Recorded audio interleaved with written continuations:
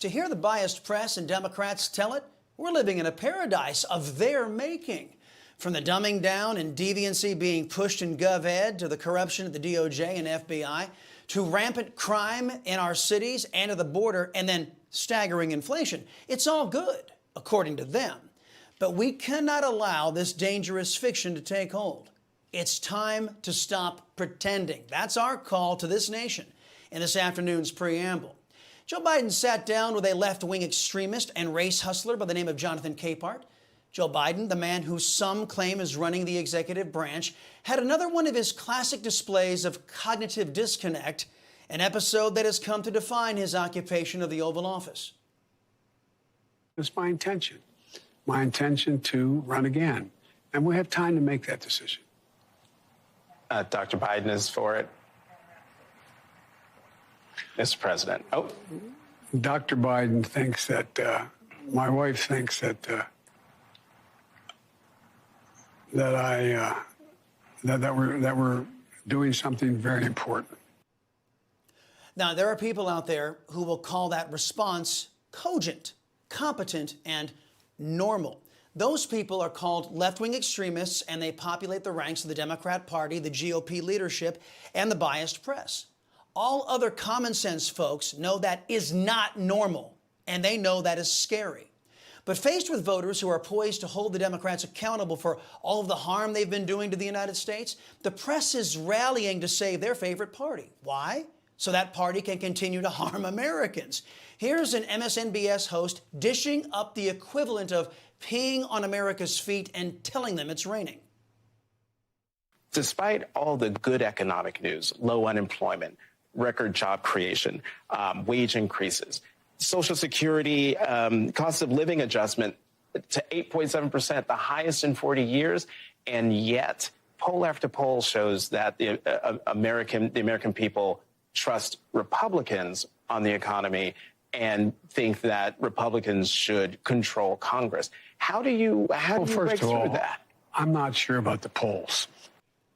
Okay, let's examine Capehart's fantasy of strong employment. First, layoffs are accelerating in Joe Biden's economy because unemployment is a lagging indicator in a recession. And we are in Joe Biden's Democrat recession. Secondly, Capehart's own network knows why the unemployment number remains low. Our labor force is shrinking. People are dropping out of the search for work, and the wizards are smart in the government who tally unemployment numbers don't count those Americans once they drop off the unemployment rolls or pursuing work. Politicians and dishonest media people use the U3 unemployment number, that's the one I just mentioned. The U6 number, often called the real unemployment rate, includes the underemployed, the marginally attached, and discouraged workers. As of September 22nd, the real unemployment number sits at 6.7%. Now, Capehart points to Social Security raising its output to accommodate the Democrats' inflation. He calls piling more debt onto an already insolvent problem good news. Why? Because it's government-centered. Well, in reality, Social Security is a burden on this society, preventing our people from reaching their full potential, something I, your liberty-loving Latino, have written on extensively.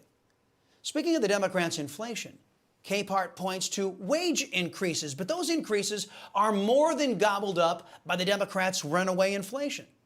So what is a left-wing, unfair, and complete sellout press to do when they can't hide inflation's devastating impact on we Americans? Well, you lie about who's responsible. Joining me now to discuss this great inflation myth that I just talked about and what's at stake in next month's midterms is the veteran Congresswoman Brenda Lawrence. That's right. And listen, one of the things I want to talk to you about specifically is this conversation that I just had about inflation. I do not want to belittle anybody's experience with inflation. We are all feeling it. We are feeling it in our daily lives. It is real, but it has been transformed into something that Republicans, in particular running for Congress, are blaming Joe Biden and Democrats for, specifically when, in fact, there is no economic evidence or mathematical evidence or any other kind of evidence that that's actually true. Well, there is another MSNBS host placing Democrats' electoral fortunes over the well-being of his audience by lying to them. Ali Velshi claims that the Democrats' policies are in no way responsible for the rampant inflationary spiral we find ourselves in. That's a lie. You can't swing a cat online without hitting a story on how the Democrats' profligate spending is driving our massive inflationary spike. Even Obama's former Treasury Secretary, Larry Summers, said he is skeptical of this massive spending increase under Biden and the Democrats. But only crazy MSNBS hosts who don't care about we the people are claiming the Democrat policies are not driving inflation. Well, let me make it very clear. All of us are concerned about these rising costs, and all of us knew this would be the case when we put in place this recovery program. Anytime you put more money into the economy, prices tend to rise.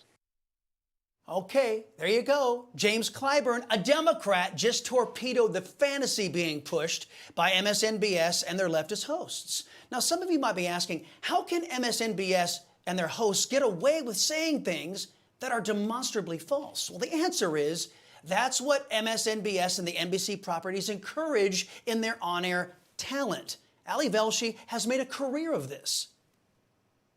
I want to be clear in how I characterize this. This is mostly a protest.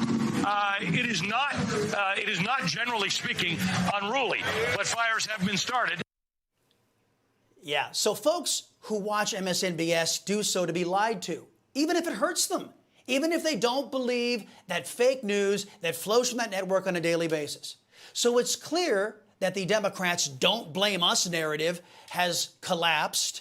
So what is left for Democrat leaders to do but to try and change the subject? And the fact is that when I hear people talk about inflation, as I heard him there, we have to change that subject. Inflation is a global phenomenon. Yeah. The EU, the European Union, the UK, the British have a higher inflation rate than we do here. Okay, we Americans can't afford to change the subject. The subject is the Democrats and how this country is failing under their rule. We can't afford to focus on Democrats' fantasies, but instead are compelled to focus on all the harm that is being done to our people, even deadly harm. Over the weekend, 2 nurses gunned down by a tattooed thug in Dallas. These 2 nurses took care of babies and were slaughtered by a known violent criminal, Nestor Hernandez. Left-wing pro-criminal policies allowed this convict, who was serving time on aggravated robbery charges, out on parole with an ankle monitor because left-wingers claim that's going to keep us safe.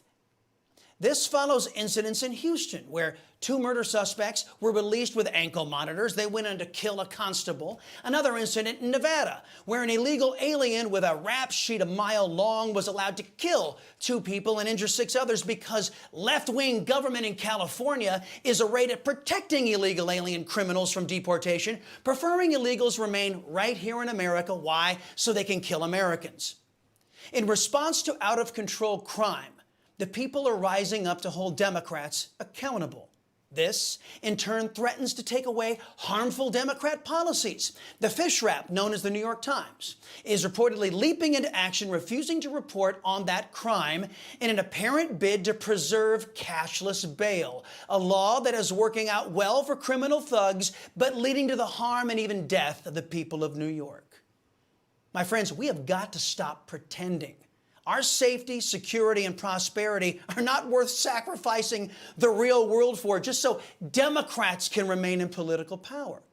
The good news is, as a recent poll shows, that the majority of Americans are voting at the ballot box and with their media habits, recognizing that there's something that just as dangerous as Democrat policies, and that's the propaganda arms masquerading as news sources. After seeing that the press is willing to cover up Democrats' culpability for the harm being done to our nation, Americans are voting out the left-wing press as well, along with those Democrats.